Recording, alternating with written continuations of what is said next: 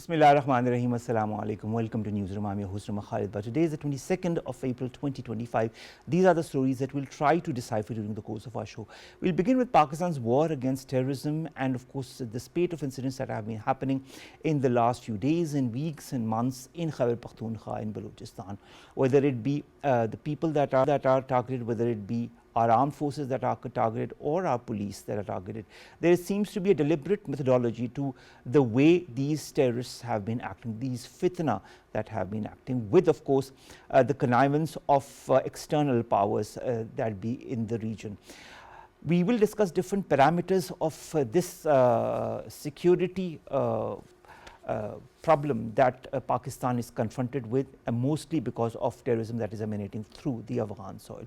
Our second segment, ladies and gentlemen, concerns the heat wave alert as well as Earth Day. Today, as you very well know, is the Earth Day, and today we have also been witness to an NDMA report that talks about a heat wave that is going to engulf Pakistan, whether it be Sindh, Balochistan or Punjab. We are seeing the effects of the heat wave, although there are intermittent rains that occur, and then we see hailstorms and excessive rain that happens in Punjab, in Islamabad, and we've seen the devastation that caused as well. There is a very unusual pattern when it comes to climate change in Pakistan, and we'll try to understand the reasons behind it and what needs to be done to save ourselves as much as possible. Then we are going to talk about the Harvard University that has sued Donald Trump, not Trump but his administration, to stop the funding freeze. We all know that Donald Trump had asked all the leading universities to comply, or his administration had asked the leading universities to comply with certain conditionalities that most of the universities in the beginning had not complied with, but then did because of the pressure. But Harvard has not complied with it, and that is why there is a freeze of almost a couple of $1 billion that has been put by the Trump administration, and now the Harvard University administration is suing the Trump administration to stop this freeze. Finally, we'll be talking about a legendary artist, Moin Akhtar, whose 14th death anniversary is being observed across the world, including in Pakistan. I had the privilege of knowing him personally as a kid, and he was nothing short of a legend. This is the lineup for today, ladies and gentlemen, and with our first story, and that is the war against terrorism. The war against terrorism is something that Pakistan has been confronted with since 2014 or even before that, but now, since a couple of years, since the exit of the US from Afghanistan, we are seeing an increase in the spate of incidents in Khyber Pakhtunkhwa, particularly, and Balochistan. We've been joined by two guests to discuss that in more detail. In the studios, we've been joined by Umar, who is a security analyst. Thank you very much, Umar, to have joined us. And of course, in the studios, we've been joined by Marshal, retired Amir Masood Saab, who's a senior analyst. Sir, thank you very much to have given us the time as well. We'll begin with you, Umar. Umar, when it comes to the latest incidents, I mean, I'm not going to go very much behind, but 20th to 21st of April, between the night, there are 6 Khawarij who are sent to hell in 2 separate incidents. And on the 18th, there was another incident. On the 17th, there was another incident.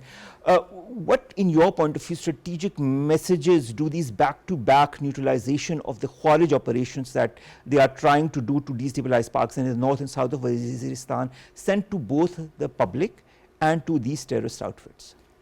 So thank you for having me, Umar. These are not isolated operations. It's part of a broader strategic plan. The message to the terrorists is there are no safe havens for you in Pakistan. The message to the public is that there's a firm commitment of this government and this military to protect its citizens. And that is what's happening right now. And that is what you're seeing. All right. Marshal Saab, thank you very much to have joined us. We have discussed in the past as well the spate of terrorism that has engulfed Pakistan, and this, this list of incidents continues almost every passing day or every week. When you look at those, do you feel that these incidents indicate a resurgence of militancy in Khyber Pakhtunkhwa and in Balochistan, or do you feel that they are signs of desperate last attempts by weakened networks because of the response that has been given by our armed forces? Thank you very much. I personally feel these are basically tactical level operations which are now being carried out. And I mean, you understand that it started off from 2000 and then it got a lot of impetus in 2009. And it was, the APS incidents which actually brought us together and we were able to take some concrete steps and develop our national action plan. But definitely in last almost 2 years, there had been a redux of this terrorist incidents. And the thing which is of little concern is the way they are being started to target different centers. Even, recently they also targeted one of the police centers. And that is a little bit of concern for the reason that, they should not have the impunity to carry out such operation at will and at the time of just choosing, which they have started to do. But there had been a strong and very, I would say, strong reply by our armed forces. And that is what is actually required. That at tactical level, we need to give our commanders the freedom of operation, the seamless flow of the information, intelligence information, which is essentially very much required, and also a sort of collaboration at the strategic and operational level with these tactical commanders, that they have the complete backing of those the leadership at the national level, and of course military leadership also, so that they can undertake those operation in time constrained environments. I have seen myself also, that these are the operations on which the success actually depends. And similarly, like Army and Air Force coordination is essentially required. Their intelligence picture has to be fused together. There has to be a common operating picture. The reaction time has to be very less. And that is what, luckily, our armed forces have evolved over a period of time. And the response which we see today has been very mired. And I think that sort of response will give a good message to the terrorists at the tactical level, that they have to, the government means business, and we will take any sort of serious action and timely action as and when required, to whatever means we have, through air or through ground. And I see the success of this operation to be very much instrumental in giving a very strong message to the terrorists. Has been given a Marshal Saab. Umar, when it comes to you, the COPDA's 268th meeting was recently held, in which it was again reaffirmed that all foreign-backed efforts to destabilize Balochistan will be thwarted with and defeated along with the nefarious designs of the hostile elements. In your point of view, how should this resolve be translated into long-term counter-terrorism strategies? And speaking of strategies, what kind of methodology when it comes to Pakistan could be evolved that could have very effective and long-term results? Look, we have a lot of great programs in place already. We have joint, as the Air Marshal just said, we have joint training of our police forces. They are the frontline responders. You see how successful they were in Banu. There's intelligence sharing that's going on. But we do need funding for these programs to operationalize them, to execute with the vision that they have. All right. So there has to be a stop to recruitment, first of all. There has to be, we have to close the gaps that these militants exploit to recruit. So that means economic development in areas where there is very little. That means that we need policy for education. And in a lot of places, we need policies for re-education, as we saw was the success after the campaigns in 2009 and 2010. So for long-term success, you need governance, you need economic opportunities, and you need to have continued military operations to dismantle the networks that exist. All right. Yeah, Marshal Saab, our Minister and Deputy Prime Minister visited Afghanistan recently. How do you view this visit? Do you feel that it marks a genuine shift towards resetting the strained relations, or do you feel that Afghanistan is still not budging from its stance when it comes to terrorism? Because Pakistan has shown repeated concerns over the sanctuaries of the fitna in the Afghan territories.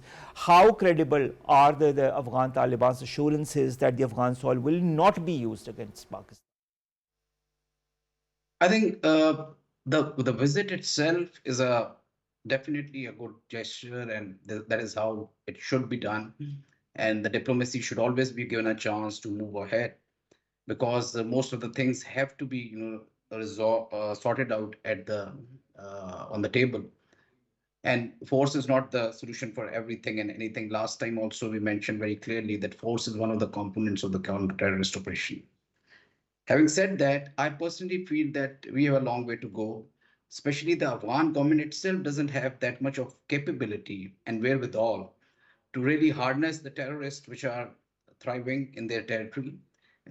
We have seen the statements of Kulbhushan Yadav. We also know of other commanders which were caught in their soil, and we also are very much clear of the fact that the capacity building of the government has to be there before they could really harness those terrorist elements who are thriving on their soils. Similarly, it also has to do with the repatriation which we have started for the Afghanis who are living within Pakistan, and the strong message which the government has given that there should not be any person who should be staying here, especially those who are without the documents and illegally staying in Pakistan. And they're very clear about this fact that they have to be going back to the Afghanistan itself. So that was also one of the part of the agenda in the talks which were carried out between our foreign minister and the Afghan counterpart. Having said that, as Umar has said, in long term, what we have to see are a few additional things other than the diplomacy which has been carried out on both the sides. And that is, that capacity building of our own forces, especially the police. I mean, police is one of the very important instrument for facing the counter-terrorists. They are the first line of defense. If you see all the incidents which have happened in Pakistan, police force should have been the first to respond. And that is how it is done in most of the countries where you can effectively counter the terrorist organization. We have to do the capacity building not only in the infrastructure wise or as far as their weapons are concerned and training is concerned, but also they have to be motivated. They have to be given that sort of freedom in the decision-making loop also, that they should be able to carry out these tactical operations before the army itself or the air force is involved in it, because they have a lot of information on ground. They are the ones who are actually dealing with the population over there, and they are the ones who are actually penetrating into the population on day-to-day basis. Army itself is mostly on the border, on the post, along the border. But the police force is the one who knows the household, who knows the pulse of the population who's there. And they are the ones who can not only develop their confidence with the population, but can also react at a short notice if they have the necessary capacity and also the equipment to deal with such terrorists. Similarly, in long term, we have to see that what are the spaces because of which the terrorists are thriving. Whenever the spaces are being created because of the polarization, because of the governance issues, because of the capacity issues of the security forces or of the government policies, I mean, the terrorists will always try to fill those spaces. And those spaces we have to plug in as far as possible. We have tried to do our best to fence the borders. We have tried our best to, do maximum as far as the use of force is concerned, but it has to be backed up by the government policies, the governance itself, and the capacity of the government to not marginalize, rather absorb the population. And I mean, that is how we can at least reduce this radicalization and terrorist attacks. All right. Umar, Pakistan has time and again said this, but now it has been confirmed by the BBC as well as the Washington Post as well, about the more than $7 billion worth of US military sophisticated equipment that is being used by the Tehreek-e-Taliban Pakistan or the fitna against Pakistan to destabilize Pakistan, proof of which has been found within Pakistan with confirmation of serial numbers of such arms and weaponry as well. And that has been highlighted in very important reports by the Washington Post as well as by the BBC. With the TTP, Umar, reportedly gaining access to these equipments left behind in Afghanistan, how important is the implication for Pakistan's internal security and for regional stability, because it's just not for Pakistan, other countries also could be under danger. Umar, you said 7 billion very quickly. I just want for your audience to understand what $7 billion worth of weapons means. $7 billion was the defense budget for the Pakistan military. That is how many weapons there are in Afghanistan. These are sophisticated weapons. They're drones. They have night vision capabilities. And you've seen for Pakistan's internal security, what this means is the lethality of the attacks that have occurred since the withdrawal of the US troops from Afghanistan has gotten worse. They're attacking at night. They're attacking with sophisticated weapons. For regional security, it's a crisis. And Pakistan is the frontline state. And our regional partners need to understand and help us get these weapons out of Afghanistan. President Trump has been very strong proponent of this. He has said time and time again that we have to recover those weapons. It's not realistic without Pakistan's support, because as the Air Marshal just said, Afghanistan itself lacks the capability to work with any ground forces to capture those weapons. So Pakistan, as part of the upcoming trade talks on the 30th of April in the United States, this could be a talking point that, look, Pakistan will help the United States. We will get your $7 billion worth of weapons off the streets, out of Afghanistan, out of this region, and because it's having a terrible, catastrophic impact, not just internal security, but overall the entire region. All right. Air Marshal Saab, what role in your point of view could the local communities or the tribal elders play to strengthen intelligence gathering and resisting militant resurgence in sensitive areas, and how important has their role been in the present and in the past as well? I think, Umar, this is the most important aspect, human intelligence. I have been saying it many times. I have written an article on this also, that the strength which we have had in all the successes which we have gained since Operation Rahe-Rast, Rahe-Najat, Zarb-e-Azab, Radul Fasad, was the human intelligence. And that was because of the fact that the population always considered the government and the armed forces to be very legitimate and part of them, whereas they always considered terrorists to be the invaders. Like in Afghanistan, they always considered the allied forces as, the enemies and the occupiers. So that is the reason that they never were, you used to have attacks of green over blue or something like that happening, but they never had a strong intelligence network, whereas the intelligence at that time was supporting their population, was supporting their Talibans at that time. So the population support and the human intelligence is the key to success for counterintelligence operations. Whatever operations we carry out, whether on the ground or in the air, have to be done through very accurate intelligence. And that is for the reason that, if we start to target without a good intelligence, we are likely to have fratricides. And that creates a sort of, anger within the population also. And the population will never be disposed of towards you if they are hit because of your military action. So the accuracy of the intelligence is the key. That is very important. So the tribals, their support wherever they are is essentially required to us, and we have to keep engaging them. We have to make them as a part of our, support, and we have to break the link between the terrorists and the tribals and the tribal elders and the population itself. Till the time they remain embedded with them and the support continues for the terrorists by the population, we won't be winning. And that has to be done through all measures which are possible. And let me tell you, these terrorists, they also sense the wedge which is being created between the population and the political leadership, or between the population or the military leadership, etc. They sense those gaps, they sense this polarization sort of thing, and then they take their actions accordingly. So that is where we have to be very careful in measuring that where are the gaps which are being created. They have to be strategically plugged in.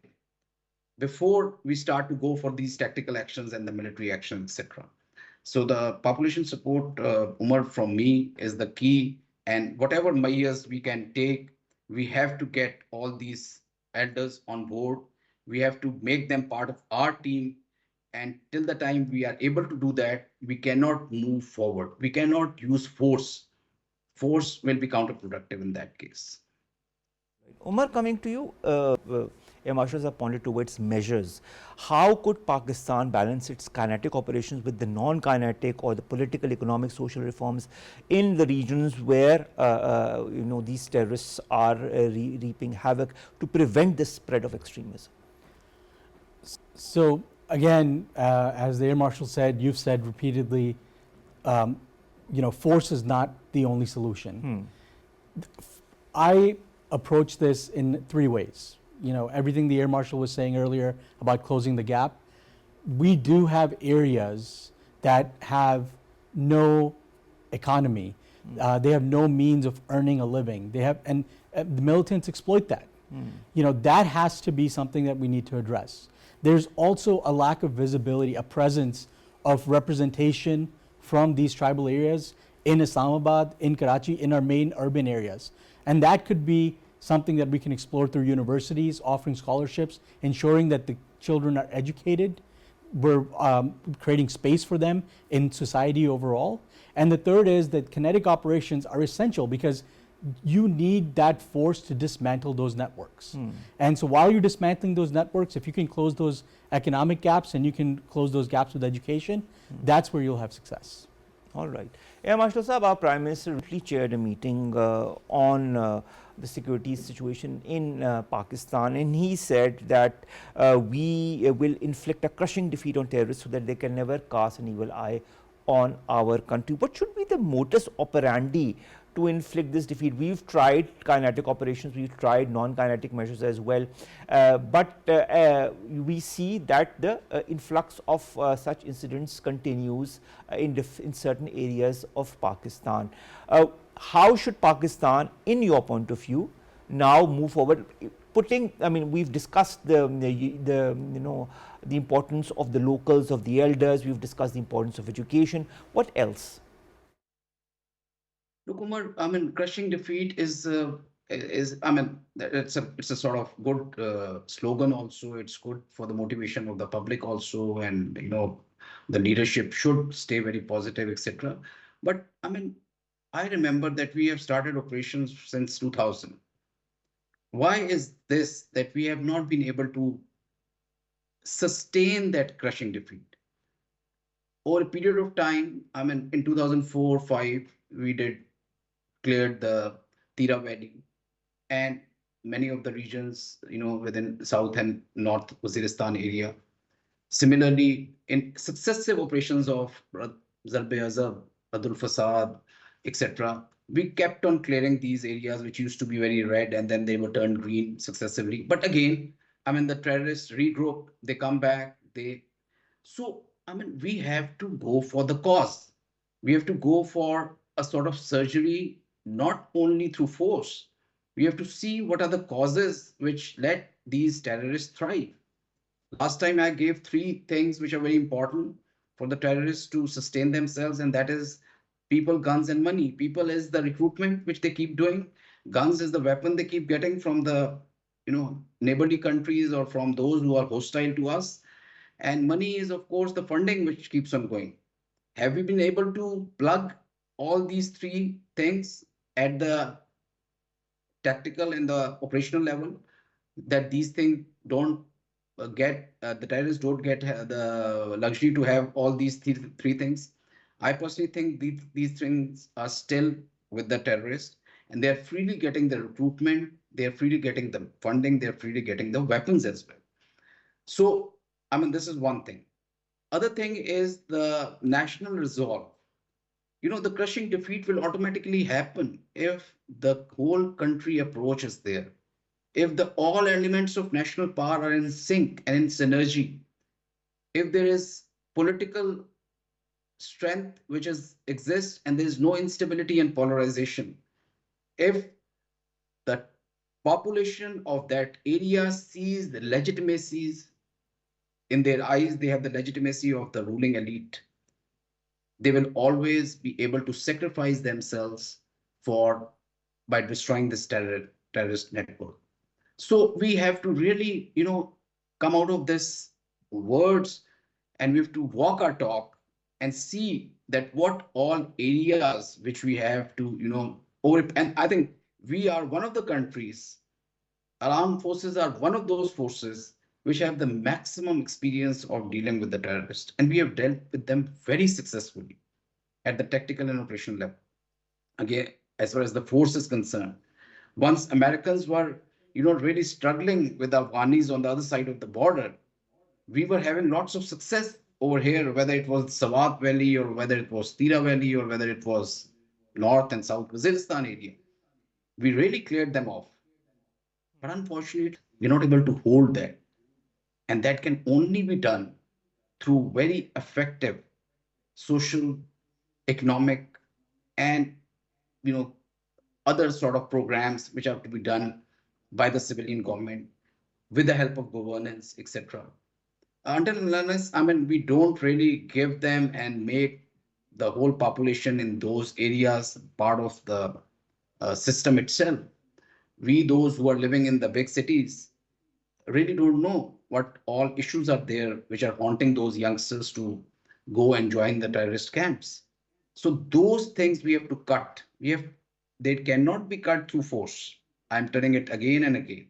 There has to be certain political measures which should be sustainable and which should be able to give space to these youngsters as far as education is concerned, health is concerned, social reforms are concerned, jobs are concerned, etc. Merit system is concerned. So all these things are not, something which are unusual. They have to be there. They ought to be there. Otherwise, the way our population is growing and the young youth is going to get resentment, the terrorists will try to, attract them towards their side, and they will try to fill up those spaces. So I personally think that mere slogans of throwing them out of the country and breaking their roots won't be able to do that till the time we take some concrete measures. And those measures will be visible as and when they do happen. Thank you very much.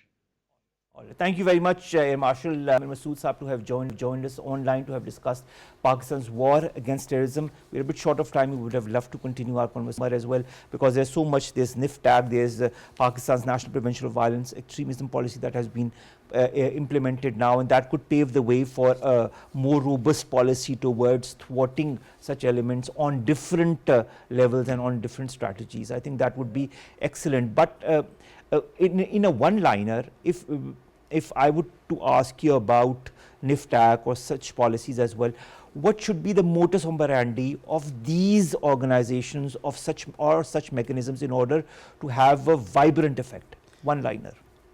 We are seeing a vibrant effect. You saw it in Bannu. You're continuing to see it. There are two things happening in Pakistan right now. One is the desperate acts that you've seen with the attacks in Khyber Pakhtunkhwa, and the other is the smart, intelligent attacks that you're seeing that are coming from foreign soil, from our neighbors sponsored, being conducted in Balochistan and other areas of Pakistan. So I think these, what we need to do is we need to have some teeth. We need to ensure funding. We need to walk what we say we will do. We need to do it. We need that resolve that we will see this through. But it is vibrant. It is working. All right. Unified stance and implementation of all that has been discussed and decided to be done, that should be translated into action, words into action, and that is what will be seen, as our Air Marshal Sahab also said. Umar, thank you very much. Thank you so much, Umar. Let's come to our second segment, ladies and gentlemen, and that concerns the climate change, the heat wave alerts, and of course the Earth Day that is also being observed today. Now, the NDMA has issued an advisory which urges the public to stay informed about weather updates before travelling amidst this heat wave that is going to engulf Pakistan between the 22nd and the 27th of this very month. Climate change, as we very well know, is a passing reality or a pressing reality for Pakistan. And on the Earth Day, when the Secretary General also talks about Mother Earth running a fever, the final blow of a decade of record heat, greenhouse gas emissions, renewable power, and action on adaptation that is critical to creating robust economies. And our Prime Minister, who also talks about this and says that initiatives such as the National Clean Air Policy or single-use plastics prohibition regulations and a national adaptation plan need to be put into action so that we as a nation can also fight this the effects of climate change. We have been joined by Waqar Sherazi. He's a climate expert right here in the studios. Waqar, thank you very much to have joined us. Waqar, how serious is this current heat wave on which we've had this notification was issued by the NDMA? What does that indicate about Pakistan's readiness to handle climate-related emergencies?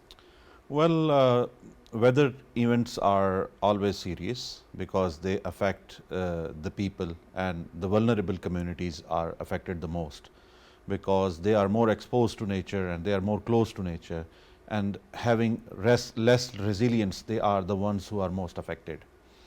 With regards to Pakistan's readiness, early warning system is one of the parts of the readiness in terms of responding to the natural calamities. So by this call, NDMA has shown that at this juncture at least, Pakistan is moving forward towards providing an early warning system to the masses, to the infrastructure, to the institutions, and to the response mechanisms that this calamity can happen in a particular area and the necessary action should be prepared or made ready. So I think that it's a positive move by Pakistan. At least being a short-term solution or being a short-term remedy or response to the natural calamities, early warning system is one of the basic requirements. What should be Pakistan's disaster management infrastructure's evolution in response to these frequent climate change effects that we are seeing, whether it be flood, whether it be earthquakes, or whether it be heat waves? Yeah. Omar, the calamities are different in nature. Like the response towards an earthquake may be different to the response to a heat wave, or response towards a heat wave may be entirely different from a response towards a flooding situation. So the infrastructure requirements are also different.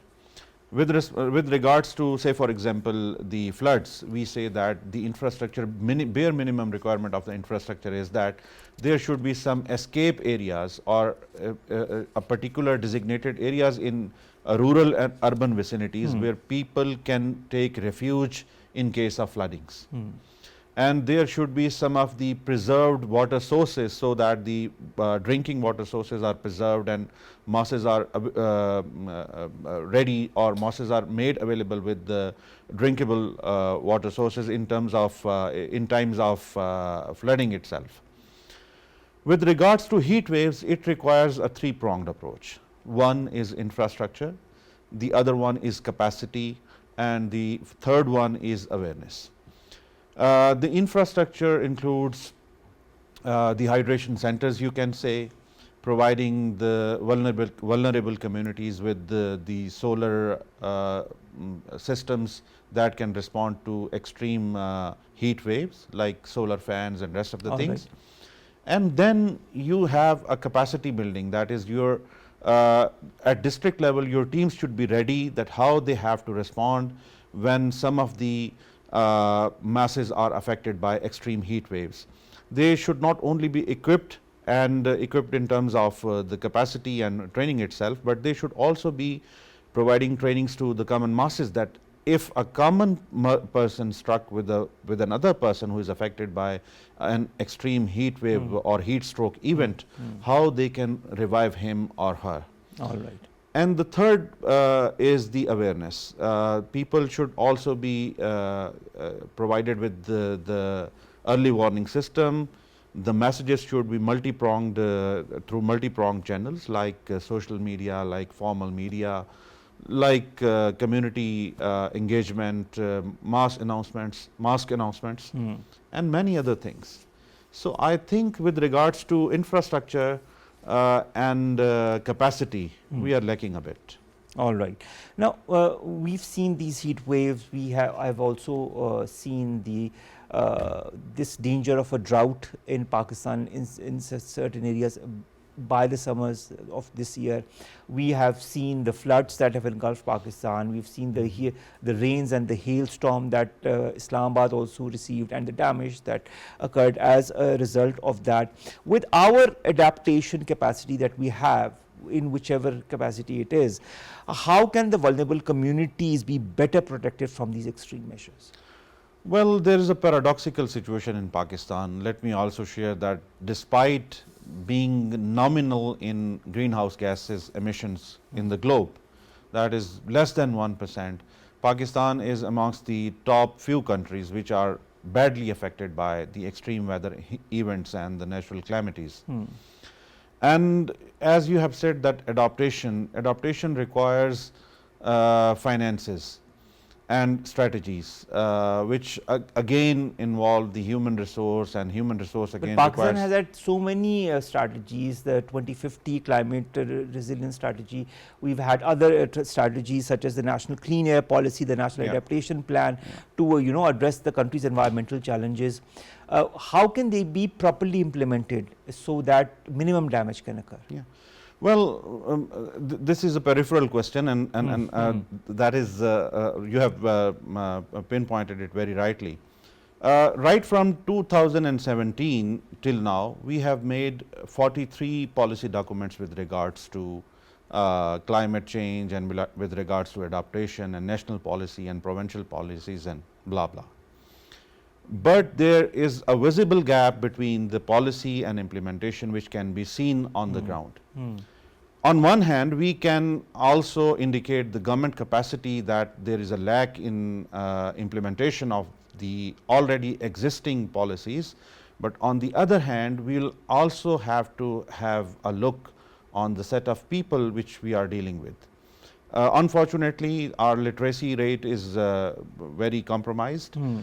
But beyond the literacy rate, there is a figure previously discussed in a conference in Islamabad that only 4% of the people of Pakistan are aware of any phenomena called climate change and the climate is associated with. We had discussed that the last time as well. Yes, we have discussed it.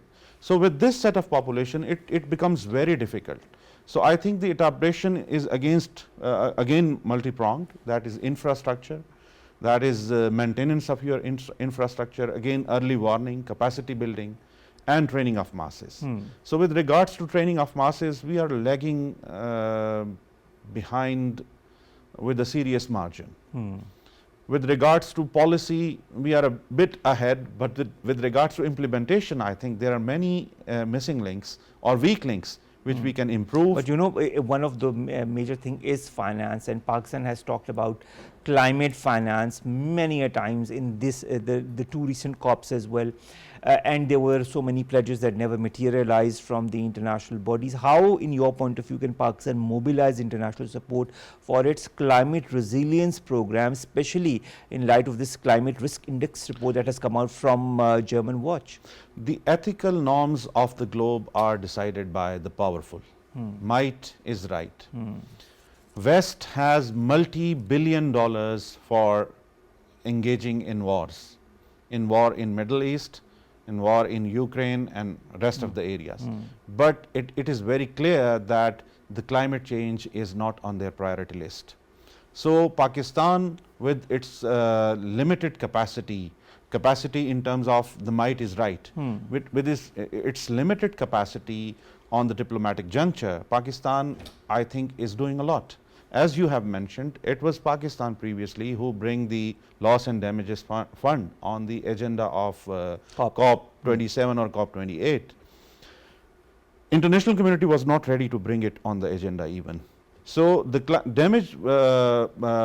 loss and damage fund is another thing, and the climate finance is entirely a different thing.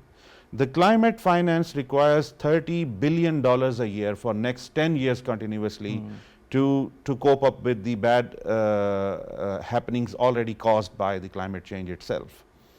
So you have seen that world is not ready to surrender its trade policy. It is politically motivated. The production is politically motivated. The goal is to call the shots off in world's affair. Again, the countries are not ready to compromise on their defense preparations, the rocket and the energy and the emissions associated to that. So I think that international community will have to reflect upon that humanity is under threat. It is not only the responsibility of Pakistan being a third world country or being a developing country itself, it is now the responsibility of all of the globe, because things happening on one part of the globe directly affect the things on the other part of the globe. But I think, as you yourself said, it's not a priority for the powers that be, because their priorities lie elsewhere. How can Pakistan mainstream climate adaptation into economic and social development planning in a more effective manner, if not through the international finance, and how can we look inwards and do the needful? Well, it's a very tricky and tough ask. After the constitutional amendment, that is I think the 18th amendment, most of the subjects are now provincial subjects, and provincial autonomy is at peak since inception of Pakistan.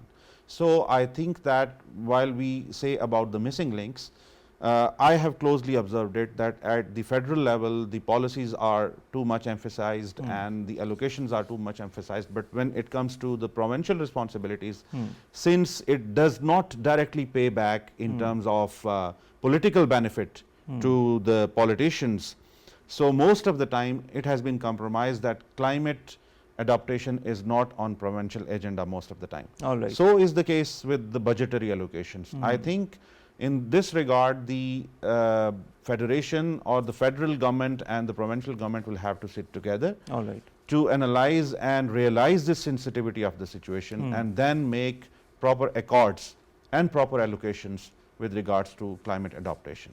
All right. Last question to you. Today is the Earth Day. The United Nations Secretary General says that the Mother Earth is running a fever. Last year was the hottest ever recorded, and the final blow in a decade of record heat. Our own Prime Minister talks about the initiatives that we've discussed and actions that are being taken to restore ecosystems, expand clean energy, and empower communities in Pakistan as well. In the light of Earth Day, how important is it that this day does not remain just a mere symbolism of what it represents, but also concrete actions that need to follow these international and national observances? Paradoxically, as you have mentioned, in the light of Earth Day, it is again a symbolic day. It has went to be a symbolic day because on the Earth Day, the lights are switched off for 2 or 3 hours in many areas of the world, in many areas of the developed world, to symbolically show that we want the mother nature to come back and perform its role, because it's the darkness in which many of the insects of the world, all of the insects of the world, they move in the darkness, and insects are one of the most important link of the life chain on the globe. I think that with these symbolism, we are again forgetting the actual goal. The climate change is because of emission of the greenhouse gases, and industrialists and the geopolitical decisions are reasons for the emissions of greenhouse gases. So that is why, So long as we are producing greenhouse gases, so long we cannot say that our goal is focused and we are practically looking at the aim. all right, practically looking at the aim, the United Nations Secretary General talks on the emphasis on the G20 countries to do the needful. Yeah. Let's see if that happens. Thank you very much to have joined us, Waqar, Sherazi, to have come all the way in the studios. Please stay with us for 2 more minutes while I end the show. Last 2 stories, gentlemen.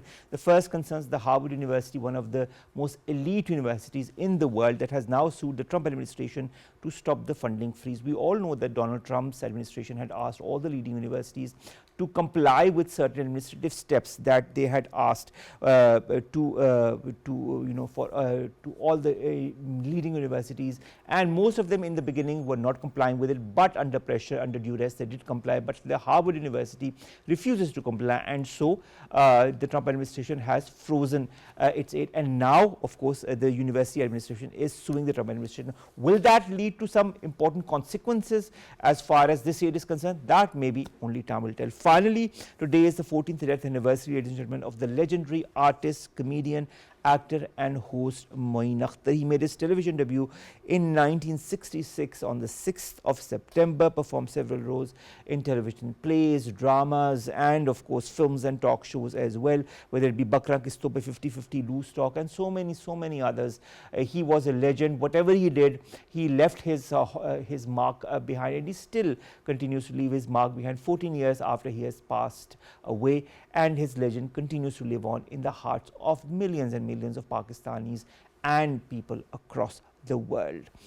He passed away on this very day in 2011 in Karachi. May his soul rest in eternal peace. With that, ladies and gentlemen, we come to the end of today's newsroom. We'll see you inshallah tomorrow with new story segments that pertain to us here in Pakistan. Stay safe. Allah Hafiz.